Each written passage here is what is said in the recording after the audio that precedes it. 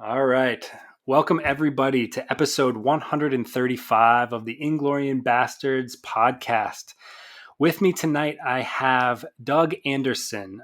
Some of you will know him as Douglas A. Anderson.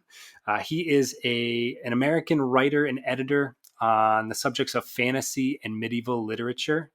He specializes in the textual analysis of J.R.R. Tolkien, and his first published work, if you can believe that this was his first published book, was The Annotated Hobbit, which won the Mythopoeic Award in 1990. Like a lot of my past guests here, he's an editor or was an editor of the Tolkien Studies Journal, but he was a founding editor of the Tolkien Studies Journal. So welcome to the podcast, Doug. Thanks for having me. I tried to cover briefly a little bit about you, but now is sort of the time that I ask our guests to talk a little bit about themselves. And of course, the thing that our listeners are really going to want to hear about is how you came to Tolkien. What was the gateway drug for you for Tolkien? Back when I was 13, I was visiting my older sister, who's 9 years older than me, and I remember it was the summer of '73, and I was bored out of my mind because there was nothing to do, and I kept looking at her bookcases and wandering around her apartment and complaining there was nothing to do. And so finally, at some point, she stomped in from the kitchen and she grabbed 4 volumes of those Ballantine editions of The Hobbit and the 3 volumes of Lord of the Rings with the Barbara Remington covers. And she thrust them at me and she said, "Here, read these. You'll like them. Now leave me alone." And I, of course, thought, "Oh God, The Hobbit. Who would read? Who but my sister would like a book with a title like that?" And of course, the covers were not very, instantly appealing either. If anyone remembers those Barbara Remington covers, Yeah. Because they certainly don't as attractive as they are in some ways, they don't represent the books inside as others. But Ted Naismith had some things to say about those books. well, when I was leaving then to go home, um, she said, "Oh, take them all." And I said, "Well, let me take the first 2," and because I didn't think I was going to like them. My sister's taste at that point ran to Richard Brautigan's *Revenge of the Lawn* and things like that, which did not appeal to me then, nor even now. So I got home, and of course, I found I liked it, and I read them. Within a day, I'd read both, and Sure. I had to call her up, and I said, "Bring me the other 2," and she's like, "Well, I'm coming tomorrow," and I'm like, "No, bring them now," and she did. So, those copies, I literally read them to pieces. Yeah.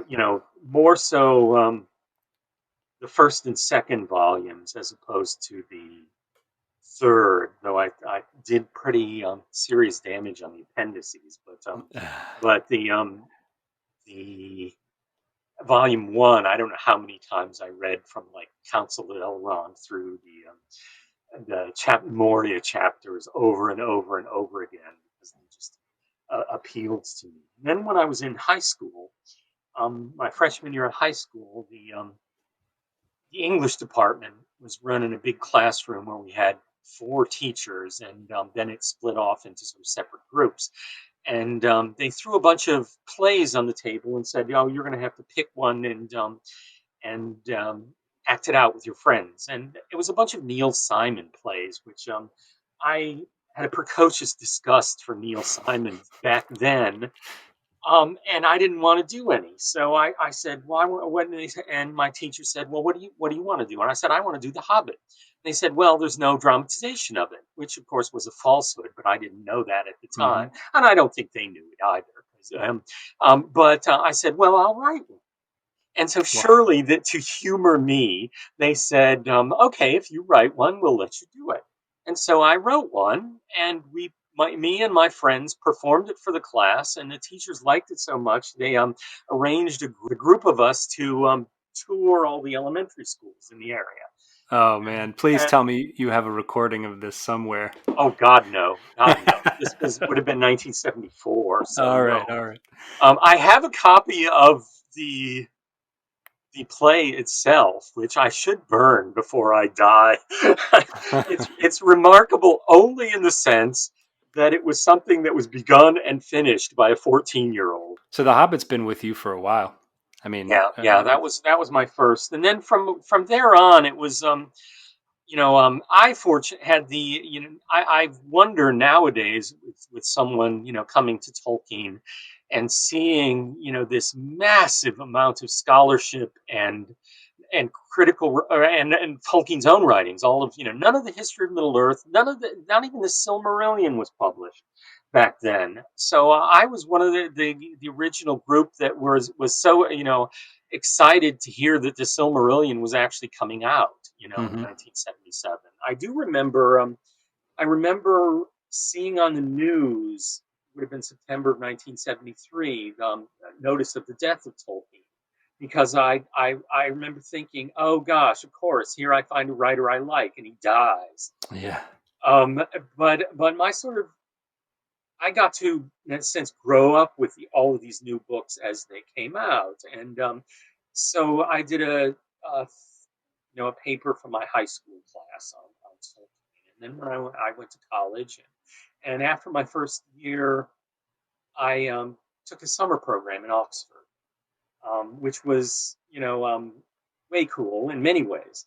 That was 1978, and I that was my first introduction to fandom um, and I wrote to Humphrey Carpenter, Tolkien's biographer, sure. and asked if he would sign a copy of his book for me and just meet. And he wrote back yes. And so I remember I ran around all the bookstores of Oxford trying to find still a first printing of his biography, and I did find one, and I've got it, to this day, Oh inscribed wow. inscribed to me from in July of 1978. And we Humphrey and I got to know each other a bit, and we bumped into each other casually in Oxford a couple of times to chat. And when I got back to the States, I sort of wrote him a thank you letter, and he wrote back and said he was just about to embark upon a biography of W.H. Auden, and he needed a research assistant in the U.S. who would, who could help him find people and things, and copies of articles and stuff, and would I be interested? And so I said sure, and that was really my introduction to literary scholarship, and so I did a whole bunch of work for him in that sense, and he came over. And we both went around New York City into some of the archives in that, and worked for a few days in that.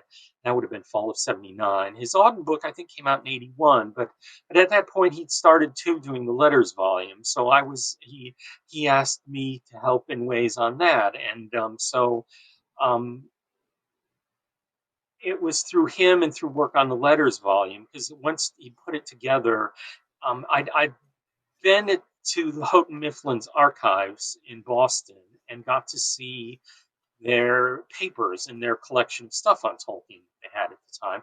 And I found some letters that they didn't have in the letters collection, one of which is it was a typed page from a 1938 letter from Tolkien that gave his description of the Hobbit. So I sent that and some other things to Humphrey, and he went, "Oh, great! We'll have to put that in." And so they did. And he sent me a copy of the book, the manuscript as it was put together, and I sent a huge commentary on it. I don't know, it must have been 20 some pages typed, and it went to him and to Christopher, just as because I was asked as a sympathetic U.S. reader what might be explained or added, and so over those 3 or 4 years we worked a lot together, and that was sort of my mentorship in literary scholarship in that. And after he put me in touch directly with Christopher, and Wow. probably about 1980, maybe 79, 80, something like that. And so Christopher and I were in touch with her. touch for many decades until his sad recent passing at Absolutely. 95.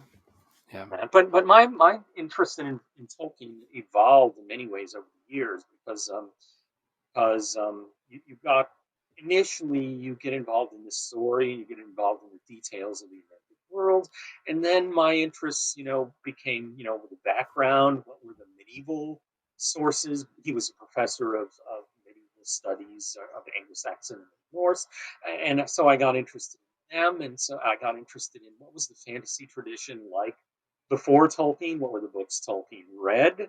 I got interested in publishing history, and Tolkien's own publishing history is unique in many ways in that there was the pirated edition of the Lord of the Rings published by Ace Books while Tolkien was still alive. And Hmm. so as I learned these new pursuits, I brought them and their interest to them. When Humphrey and I were working on the Auden book, there was a wonderful book by E.C. Bloomfield and Edward Mendelsohn called W.H. Auden, a bibliography, a descriptive bibliography. And so that was such a marvelous resource that I thought, oh, I want to do one like that on Tolkien. So I started in on that about, it must have been 83 or 4, and soon found that there was someone named Wayne Hammond who was doing the same thing. Yeah. So we basically combined our resources at that point. And when the book finally came out, it was I was still living in Ithaca, New York, which is where I went to college, and I worked at a bookstore, and we'd just taken over. Me and another employee and one other person had just bought out the business and opened it up as a new one, and I was swamped. And I basically said to Wayne, "It's like here, go for it, write it up, credit it, as by you with my assistance," and that's what we did. So that's how that came about. And which book was that? The J.R.R. Tolkien, a descriptive bibliography. Okay. It Yeah. came out in '93, I think it was. It was, yeah, yep. And for the listeners, Wayne Hammond, and I believe his wife, is it Christina? Yeah. They've collaborated together on many Tolkien books, but probably they're most known for their Lord of the Rings and their Tolkien reader companions. Is that right? That or the art of J.R.R. Tolkien. This was when Wayne and I worked on that book. That was before he and Christina were married. She is British, and Wayne lives in Massachusetts. Well, there's a ton of Tolkien scholars here in Massachusetts. Wayne and Mike and Corey's not far Corey's away. not far away. Yeah. Yeah, yeah. Well, I wanted to ask you. Thank you for all that. That was a wonderful story. Going back a little bit from 1993, and I guess forward in time a little bit from your work with Humphrey Carpenter. In 1988, you published your first book, I believe, right? The Yes. Annotated Hobbit. Mm-hmm. And I have a copy here of it's the revised and expanded edition, which you did, I think, in 2002. Right. It's a hardcover, beautiful book, and so I was wondering if you could tell us more about how this book came to be. That came well. In in working when I was working with Humphrey, I also got to know people at Houghton Mifflin, and I went there and visited their archives that were then in Park Street. Right up on the Oh yeah, Boston Common. They had a glorious old building there that was really historic with this creaky wire cage elevator that and all these nooks and crannies that went off in various different places, and you find some this editor's little alcove and that editor, it was a place with real character. But at any rate, I visited there, and I got to know Austin Olney, who was the editor in chief and the head of the trade and reference division. And one of the things that I worked on was the fact that Tolkien himself had revised the Lord of the Rings, as we all know, a couple of times. But he said a bunch of revisions to the British volumes to the British publishers that never got put in the American editions. And these came out in the like I don't I'd have to I don't want to say second printing or third printing of the 1966 hardcovers, and then Christopher corrected a whole bunch of misprints in the 1974 printings. So there was this, and then there was a sort of errant branch that Tolkien sent revisions to the appendices of the Valentine edition because they were so sloppily printed, which added a few details which had sort of become legendary of amongst some Tolkienists is like, where did they come up with Estella in the family trees, because it's not in any other edition except the Valentine appendices. So what I did was I suggested to Austin that we should fix up the American text and make them you know compatible, make them agree with the British ones. And Hmm. it became a sort of more involved process than you might imagine. But what we were constrained in the 80s by how the production was done, and this affected my Annotated Hobbit too, of using films and photographs of existing texts, and they would make a new line and then paste it over in some way. So we had to do all of that with the corrections. And similarly with the Annotated Hobbit, I was sort of stuck with this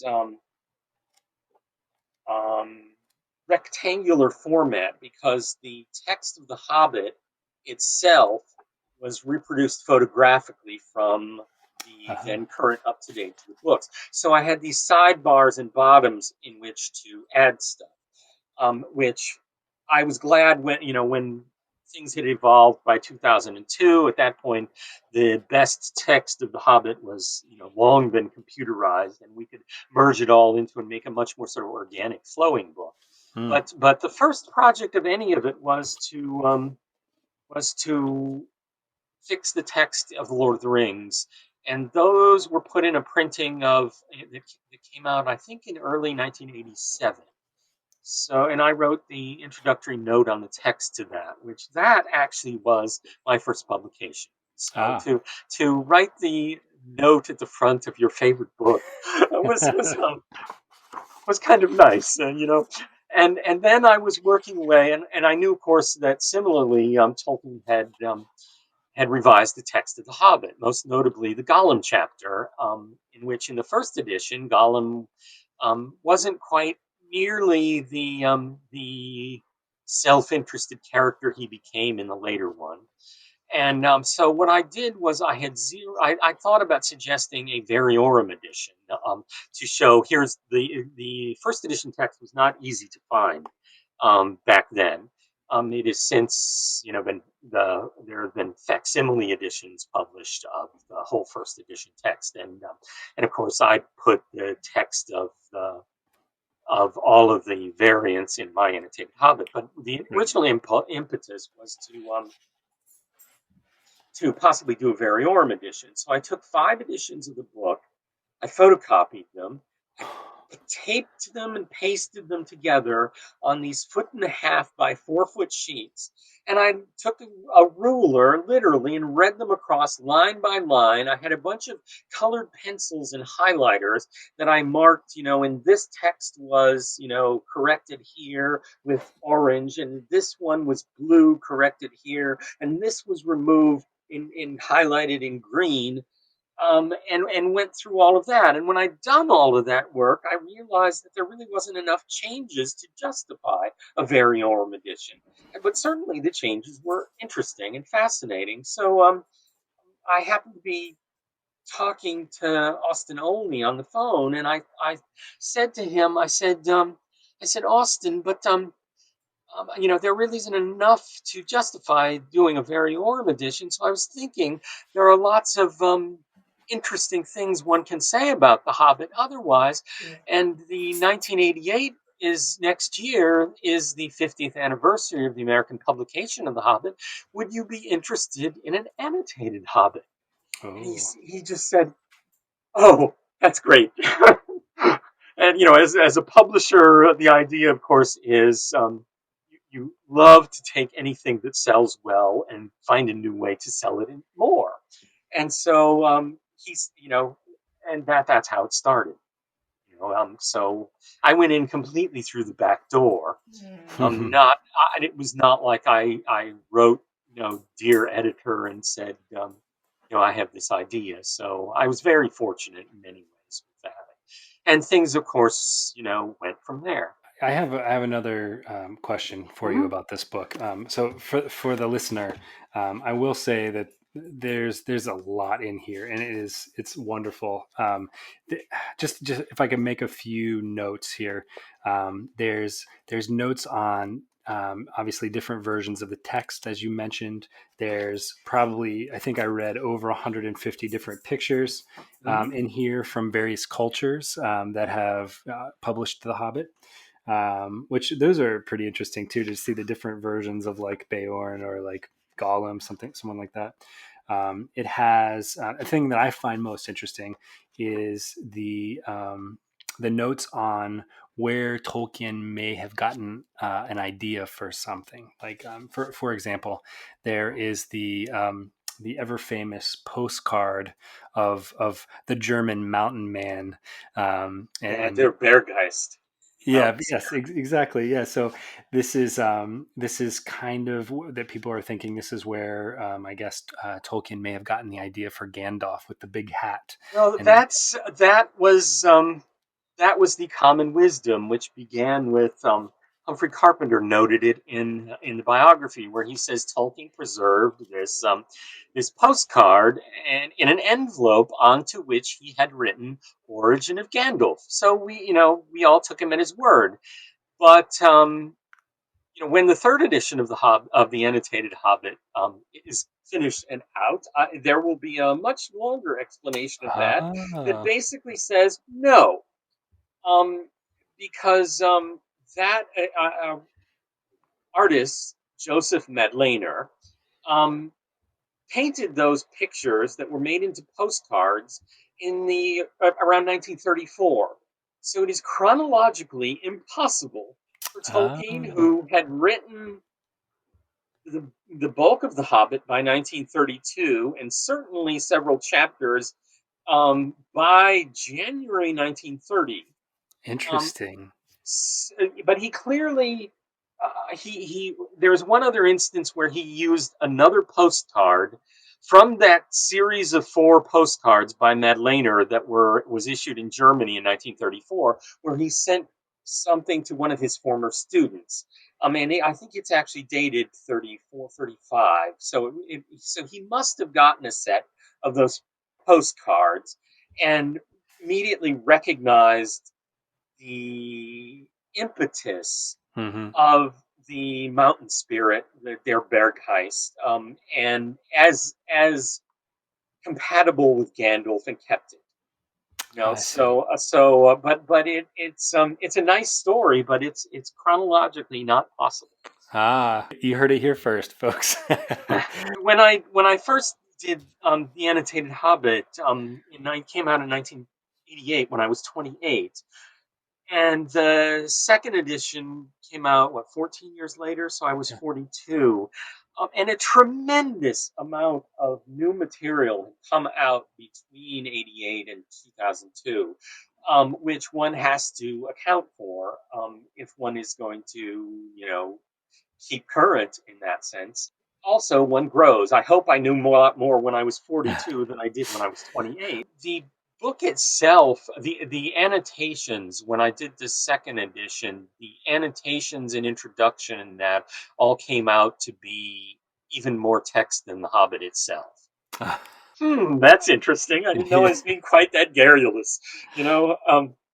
But there's one other thing about the second edition of the Annotated Hobbit that I like to point out, because most people don't seem to have noticed it, is as an appendix I put the text of the Quest of Erebor, which was Tolkien's, in a sense, rewriting of the Hobbit as a chapter-sized thing from Gandalf's point of view, that was to be part of the appendices of the Lord of the Rings, but got pulled out for reasons of space. Christopher first published that in Unfinished Tales, Hmm. um, but he left out parts of it. And he let me publish the whole thing in the Annotated Hobbit, so you can read the Oh, whole wow. text there. That isn't in it. All of it isn't in Unfinished Tales. So that's a nice point to notice. So back to what I was going to ask you. I'm just curious. After photocopying all of those things and making marks and going through two editions and possibly a third edition, it sounds like maybe someday.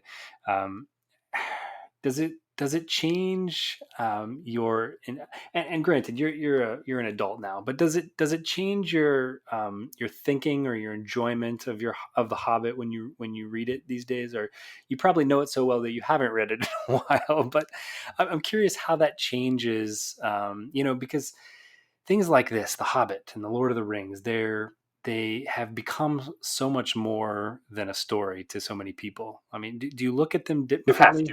You Yeah. have to. I mean, it just from one's own personal growth and whatever. I read them so constantly from the age of 13, for several years afterwards, that they are, in a sense, completely part of my mental landscape. Yeah. And then when you approach it, as I did not long afterwards, um, with such attention to the minutia of word choice and text, you also are reading it in a different way. So that when the movies came out, the Peter Jackson films of the Lord of the Rings, that was the first one was 2001, and my second edition of the Annotated Hobbit came out in 2002. And so I went around and I did this um, very fun slideshow about sort of the background history and the illustrations that had been done to The Hobbit, as promotion for the book. And what's nice about it is in the book itself, I couldn't use very many color illustrations, but in the presentation, I could use all sorts of whatever from whatever editions and whatever artists, and Hmm. just and I could start at the beginning of the story and tell the story through visual images and show how the story had been interpreted culturally around the world, as well as by artists varying from British artists like Alan Lee and John Sure. Howe, to who were both involved with the films, to others like Eric Fraser did a very nice.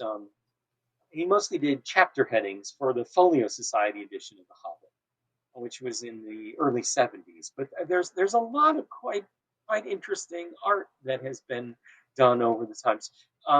Frank Frazetta did an illustration of Gollum that got put in a calendar in like 1973 or 74 or something. And he's not someone you would usually think of as illustrating Tolkien. So, but with that, the illustrations, you could see culturally how the book was accepted, and some of it even impinged on textual things because um,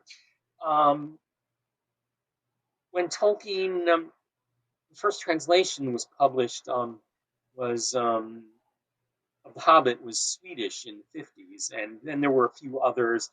Portuguese was, I think, 62, and Japanese was 1965. And one thing with The Hobbit as a children's book, most foreign publishers were were interested in having sort of artists of their own culture interpret the story and publish illustrations along with it. Sure. Um, that was once The Hobbit itself became more acclaimed and well known, that pretty much ceased after Tolkien's death, after 1980, I would suppose. And most foreign editions after that will have Tolkien's own illustrations in color and black and white. But what you got to see in some of the early illustrations was how Gollum was represented, and like the Swedish illustrations had this enormously huge rock-shaped hulking figure as Gollum, Hmm. or other ones that.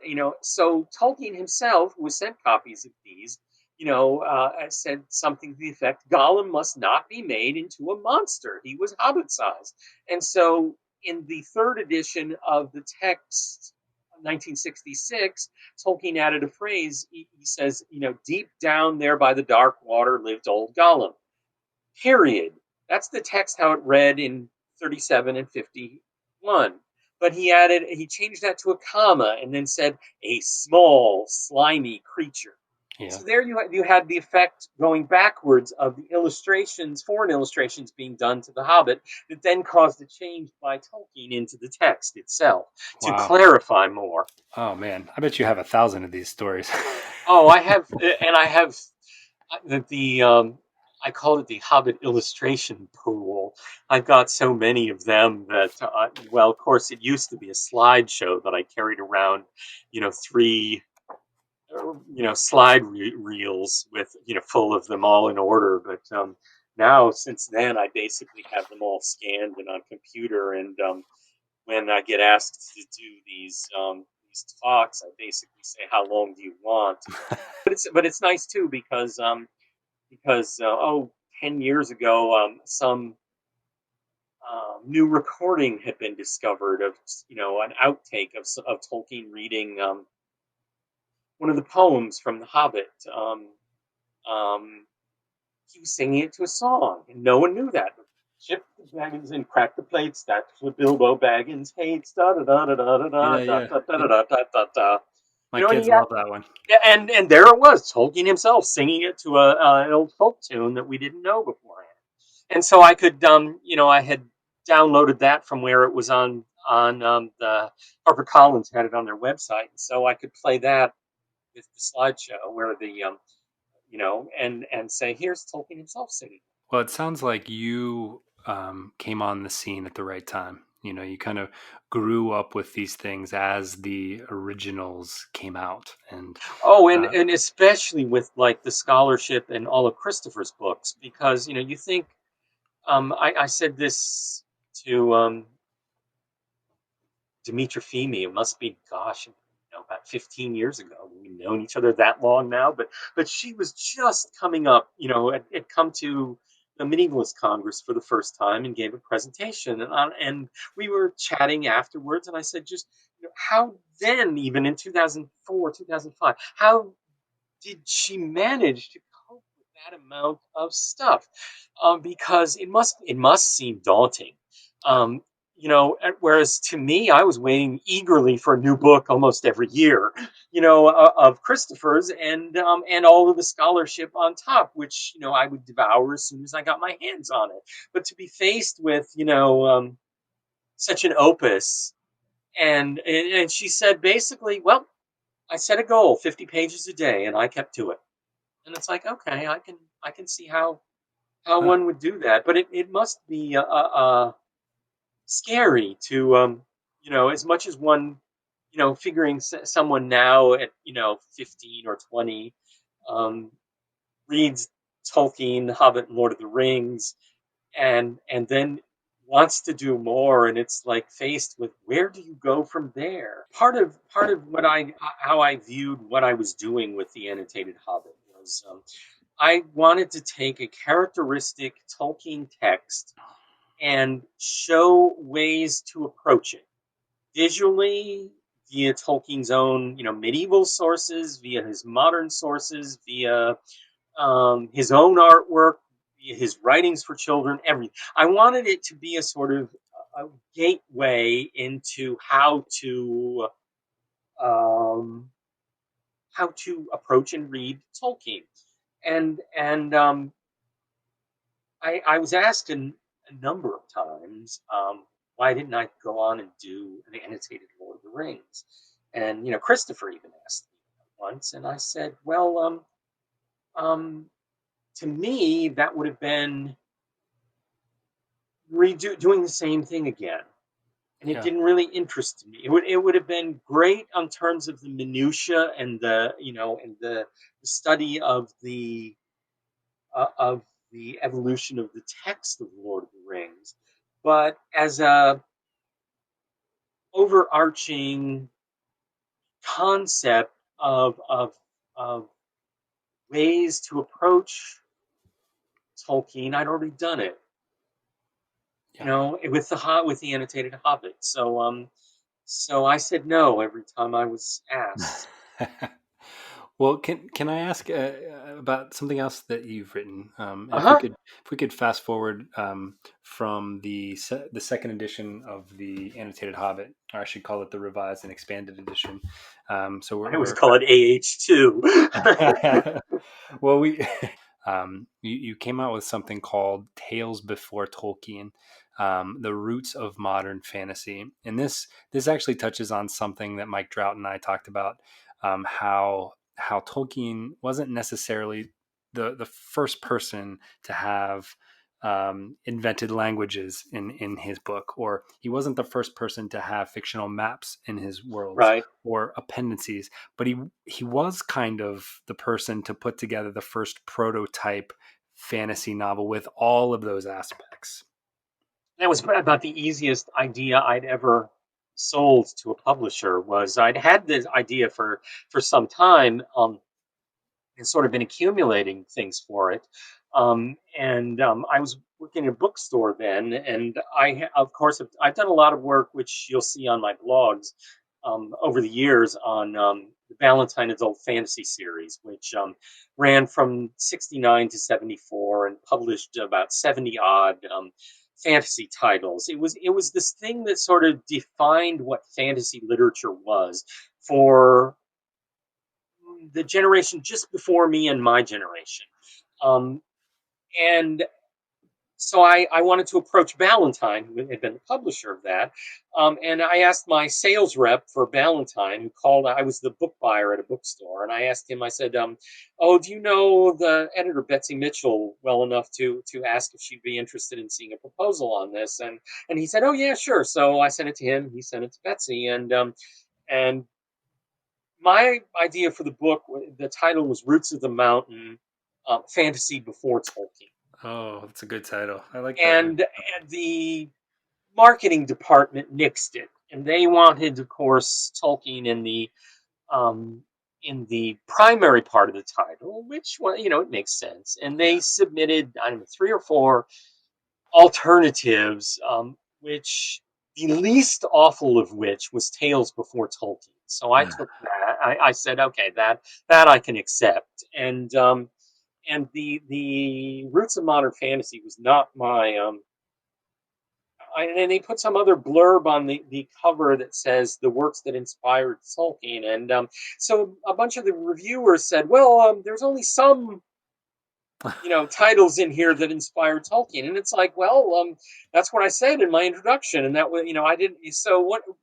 The editor or the author is not always responsible for how their book is presented to the public, but I think they did a nice job presenting it otherwise. But it's a little bit of misdirection in defining what it was.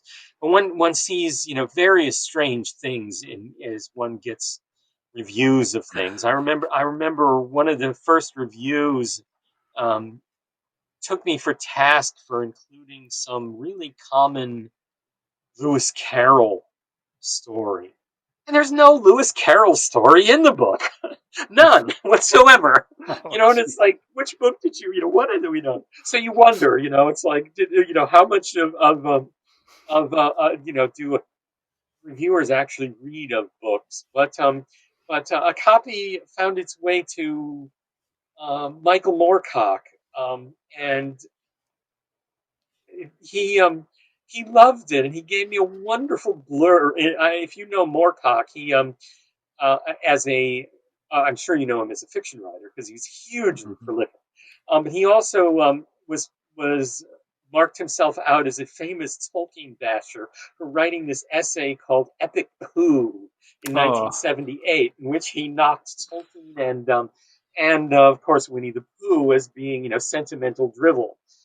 Um, and so he's taken pleasure over the years as being considered this Tolkien basher, but he gave me a wonderful blurb for it that they put on the mass market paperback of the Tales Before Tolkien. So I take a perverse pride in having a Michael Moorcock blurb on my oh, Tolkien geez. related book. Well, Could I want to ask you one thing that I'd mentioned before that we haven't touched on was your involvement in the Tolkien Studies Journal. Uh-huh. I was wondering if you could, can you talk about sort of how that came to be? And Mike told a little bit about how he, found sort of the West Virginia University, how he talked to someone there, and how sort of the journal came to be. But how you became involved with it, maybe. Well, I'd got to know Mike first via, you know, mail or email, because he was working on the Beowulf and the Critics, and we met for the first time at one of the medievalist congress. That's every year in Kalamazoo here. And one of the things I said to him was, I said, I've long wanted to do a journal Tolkien studies. And I said, but I can't do it on my own because I'm an independent scholar. I'm not affiliated with any academic institution. And it would need to be done with someone, to have that academic credibility. And he said, I've been thinking the same thing. Let's do it. And so we talked, and it came up we should have a third person. And we both immediately said Verlin Flieger. So that's how it got born. It was out of conversation, and we tried approaching a number of publishers who most of them had very standoffish. No, we won't do that. Not interested. Um, and Mike knew the head of West Virginia University Press, who was Pat Connor, who was a nice fellow and an Anglo-Saxon scholar. So Mike knew him from professional reasons, and somehow they were just chatting, probably at another medieval congress about something, and Pat was saying, "Oh, we want to get into doing some more journals," and Mike said, "Well, by the way, would would Yeah. you be interested in a Tolkien studies?" And Pat said, "Sure." So that's how it came about with West Virginia University Press, and I was involved with it for the first 9 volumes, and Pat left after, I don't know, I think after about 8 volumes, and they got a new director. And it had been fun and good working with Pat, but I had difficulties with the new director. I've written about it on my blog when this happened in a post called "Publishing Mordor Style." But basically, I mostly served as book review editor on Tolkien Studies, which meant I solicited book reviews from people and arranged to get them books and got review copies, etc. And I was supposed to get reimbursed for my expenses for them. Um, uh, and they accumulate. You send one book to someone in England to review, and it's $36. yeah. So I had a small number of hundreds of dollars that was owed to me, and I'd saved all the receipts, and I sent them to West Virginia University Press, and they wouldn't pay me anything, Oh, and they wouldn't reimburse anything. And on top of the fact that academic publishing is basically a scam in that they pay nothing anyways. So all of the work that Mike Verlin and I had done, and all our reviewers and all our contributors, was basically for free, so that the publishers could rake in fees that they get for making the stuff available via library subscription databases, and particularly Project Muse, uh, which they get lots of money for. And then this new director who wouldn't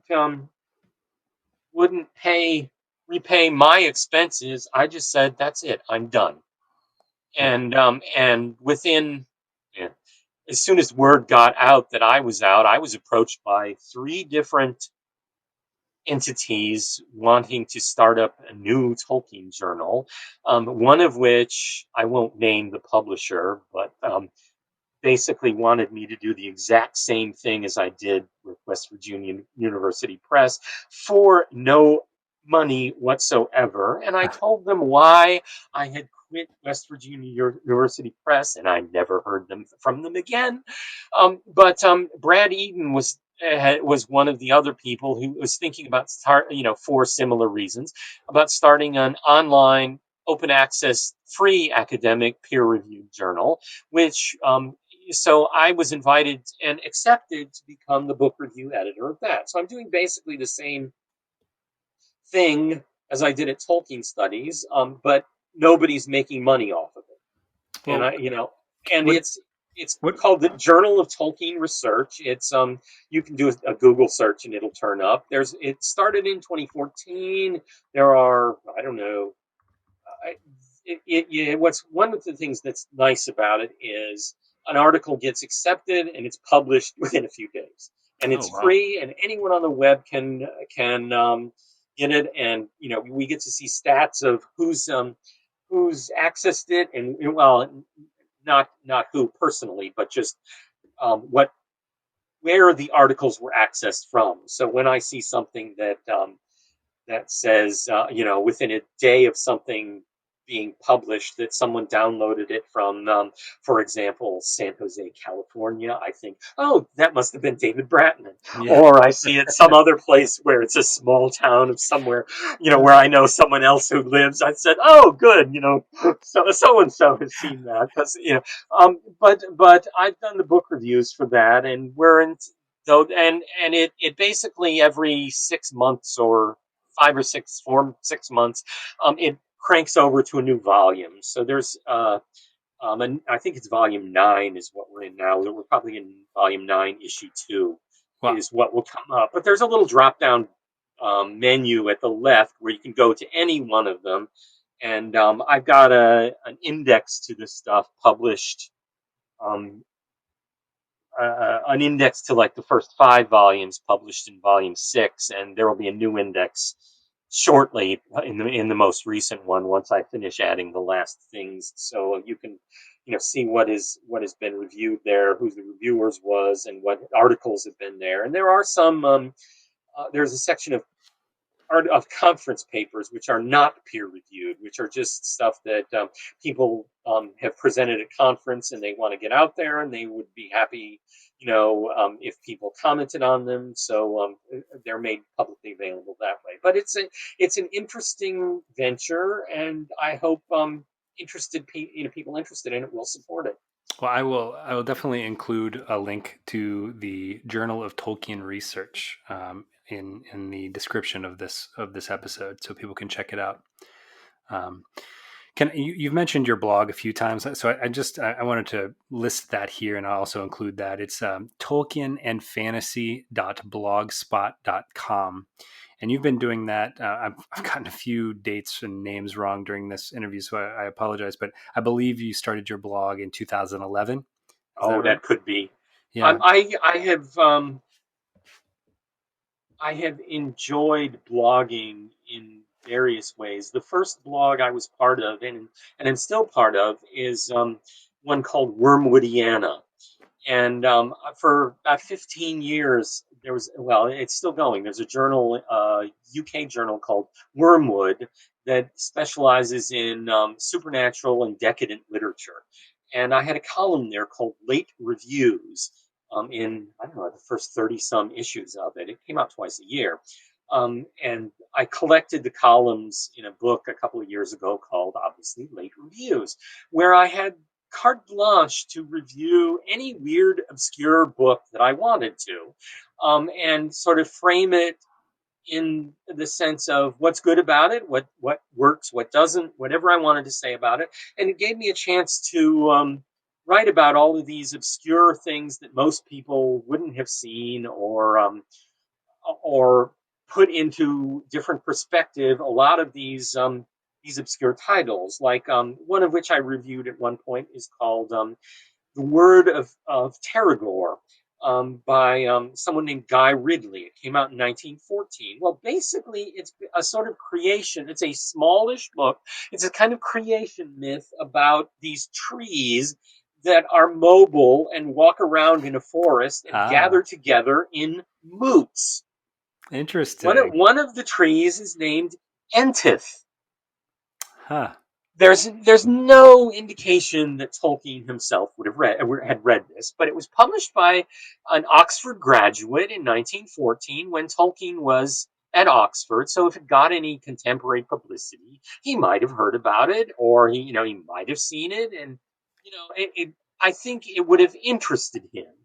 And so when I view my blogs, and I do about, I don't know, 7 or 8 different ones on different subjects. The Wormwoodiana, the Tolkien and fantasy is obviously about Tolkien and fantasy, and it's sort of the main one. But if you go to that one, there are links to the other ones. There are a few fairly obscure authors that I particularly have specialized in that have their own pages. Kenneth Morris, a fantasist, and Leonard Klein is another one. And I do a blog called A Shiver in the Archives, which has to do with just weird, unusual research discoveries I've made. Hmm. And so that's the kind of thing. But I like the blogs because it gives a chance to. There's a lot of times when something you're working on, you stumble across something that's interesting. It's not worth an article, or it depends highly on an illustration that you can't get printed if you did an article on it. But you can put up a blog post and show the illustration and give a little bit of text to it, and so it's sort of I view them as a sort of secondary way to communicate to people about my interests. It's And yeah. I don't think them as that formal or intimidating in any way, and it's nice to get feedback because sometimes of them. I do one that's sort of the one blog is called Lesser Known Writers, where when I've been interested enough in an author to learn more than just the one book I might have read for late reviews, I will do genealogical research and post stuff about this author, what else they did, and pictures of dust wrappers and pictures of the authors themselves if I can find them. And what's nice is it gets the information out there, and if people, I can't tell you how many times I've been doing that for probably close to 10 years too. I can't tell you how many times I will get an email or a comment in the comments field saying, "It's so nice to see that you've written something about grandfather's books or mother's books or Yeah. so and so's books." And sometimes they will say, "Do you know about this other thing? Oh, he wrote this under a pseudonym. Oh," and I'm able to fill out more and sort of add more to the public knowledge about these people. And Oh, sometimes this I'm able to reprint the stuff of some of the authors that I like, and in a sense, one Tales Before Tolkien, was a way of doing that before I had a blog, and of course I could do longer things, but one of the other things I did was Mark Hooker discovered this very strange little poem about an orc that was in an American children's magazine in about 1950. I read this No, one. no reason Tolkien would ever have seen it, but it's got its own illustrations, and it's about an orc, very Gollum-like in both visuals and in the details. So I put that up, and it's fun, it's it adds a sort of dimension to discourse that you otherwise don't have, because and I found blogging rewarding. I don't actually do social media. Um, I'm not on Facebook or Twitter or any of those things. I just I tried them and I found them too distracting. In Yeah. the sense that you either have to participate in them daily or not at all, because it's not like you can skip them from a week and go catch up. You just can't, Yeah. you Yeah. know. And I found that rather unrewarding. So so blogs. Sometimes I'll go months without posting on one blog, and sometimes I'll finish up 3 things and they'll post 2 or 3 days apart. But it's I don't view it as anything other than an occasional fun sort of thing. And Sure. I get enough feedback that I do know that people appreciate it, and that's always nice. Well, I actually read that article on the Orc, and that was on that was Tolkien and Fantasy .blogspot.com. But I'll put some of the others the web addresses in the description here. Well, Doug, I've kept you for about an hour. I want to ask you one question from that's related to the story for the main part of our podcast. And this is the chance for my guest to kind of just talk about what is possible, right? Or opinions, and a lot of times scholars are uncomfortable with that, but I find that sometimes they're the most interesting part of the podcast, right? Uh-huh. Other than following, finding out more about a scholar that you love. The listeners love to hear all of these theories, and so this is the chance to sort of flush these things out and really get into the nitty gritty of various aspects of the story. And so your episode, I think I said 135, is going to air sometime in early July, and it's going to be right before our characters um, go to what's left of Thangorodrim. And you might be asking yourself, well, how is that possible? Well, in our story, we're talking about the Dagoreth, the second prophecy of Mondos prophecy, which was,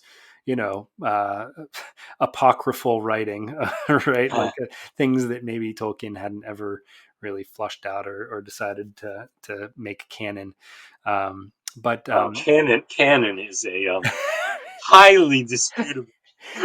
Yeah, well, so this in this there, as a plot device, one of the bad guys was a Maiar who worked essentially for Morgoth, who was able to bring people back from the dead, and that was a way for our characters to really get to meet some of the Ancalagons and the Turin and from a story standpoint, it was really cool to sort of start in Middle Earth proper, and as the story progressed, I essentially went back in time to bring these colorful characters in these places to life. And so they're one of the trials of the Valar, which is the third part of our storyline. They're doing a trial that involves essentially going to Thangorodrim, or what's left of it. And so I guess the question I have for you, we know that Thangorodrim, we know that Ancalagon essentially landed on the volcanoes, all right, which supposedly destroyed it. And we know that Thangorodrim was in Angband. And we know that most of those lands, and you can tell me if I've got any of this wrong, but most of these lands are under the waves, right? Are under the water Right. after the breaking of the world. And so I guess my question for you would be more of like, hypothetically, we have all of these Tol Morwen, uh, uh, and there's a few other islands sort of off the coast of that was once Beleriand, right? These high places, even Meneltarma, they say is, people can see Meneltarma, right? The high point of And Numenor. I think was it Himling, later called Himring, is on Christopher's map. Yes, exactly. You And know, so these are the place. And so I guess my question for you would be, in a place that really it was as large as Thangorodrim was, with three volcanoes. Is this possible that there was some part of Angband that was still sort of there and that people could visit? I'm of course has artistic license to say anything in that sense. But I don't see why not. I mean, you could posit that someone raised what was left of it, Ah, another, interesting. um, so it wouldn't have to have necessarily remained subsurface. It was what, a three-peaked mountain basically. So the person to sadly, the person who would be most interesting to respond on this would be the late Bill Sargent. He wrote a piece, Geography of Middle Earth, in Mythlore, which probably in the mid '90s, I'd say. Um, but I think if I'm remembering right, it mostly covered third age stuff rather than first age stuff. But Bill was a professional geologist and quite renowned in his field. And he, though he was British in origin, he was a professor in Saskatchewan. Hmm. And he also was a fantasist. He wrote as Anthony Swithin, which was his two middle names. He was William Anthony Swithin Sargent, Sarjent. Um, and he wrote um, a four-volume series of his own fantasy that came out in the early '90s and suffered because, of course, the publisher got acquired after the first volume by another publisher after the first volume, and his editor got sidelined, and basically they went through the motions of publishing him and then dumped him. Oh, Um, but there are in the works reissues of them, and some of the ones he didn't publish but finished before he died are supposed to come out starting this fall, I believe. But anyways, that's getting off the point. Um, I don't remember if Karen Wynn Fox, she might have had something about at least in locale and stuff. But I don't really see any reason why one couldn't posit that it does in fact survive in some way and can be reused. yeah. You know? Yeah, well, what's great about these sort of crazy conversations that we have with scholars is that, there is no real answer, but the idea Right. is, the breadth of knowledge that you have, like for our listeners to be able to go now and Google Bill Sargent, right? Like that's, I think that's what makes these interviews really interesting, because that's exactly what's happened to me in interviewing these people. I started, interviewing, game designers for the Adventures in Middle Earth, for D&D, and for Lord of the Rings Online, and the more they talked, the more they mentioned the Corey Olsons and the Mike Droughts, and that's sort of, and then Mike Drought mentioned you, and so like this Uh-huh. is exactly how you go down that rabbit hole, and I think Yep. that's what makes it Oh, interesting. and rabbit hole it is, and it's fun too. So Yeah, yeah, absolutely. Well, thank you. And I will. I want to ask you one more question, and this is about sure. this. This is sort of the quintessential question that I always end with, and that is like, what do you have coming up that you're excited about, that the listeners might be interested in? Oh, I'm working on bunches of things, including third annotated Hobbit, which I got sidetracked. That's not the right word. I got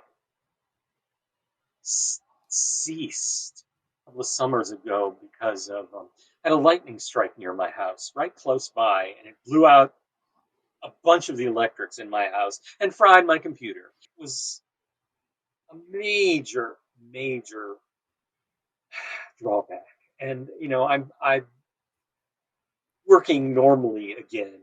But there is one thing that should be out sometime. I hope this summer that came up last year is we talked a bit about Mythopoeic Society. They have a conference every year, and last year was the 50th anniversary.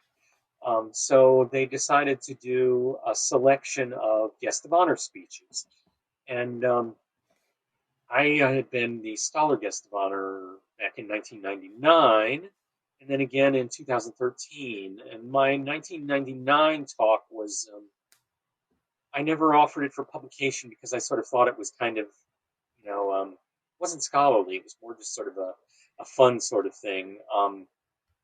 Though my 2013 one is presently available quite easily in Mythlore, and it's coming out in a collection that Leslie Donovan is editing. I'm not sure when it's supposed to come out. I imagine the COVID probably delayed everything, so maybe this summer, maybe this fall, or something. But I had for that Congress, I did a public reading with friends of a Kenneth Morris play called The Archdruid, and I did an essay for the program book called My 10 or So Favorite, fantasy fantasies, forgotten fantasies. Hmm. So I put them up on my Academia.edu page, both the Archdruid and my essay, which are sort of the signal to go look at Academia is in the book that hasn't been published yet, but a bunch of people have found it and downloaded them. So maybe your interest might be interested in that. So, Yeah, in absolutely. other words, I work on things, and I don't usually talk about stuff in progress, but once it's imminent, I can talk about it. So. Well, I will keep my eyes open for all of those things. Well, thank you so much for coming tonight. It's been a lot of fun. Okay, thanks very much. Good night. Good night.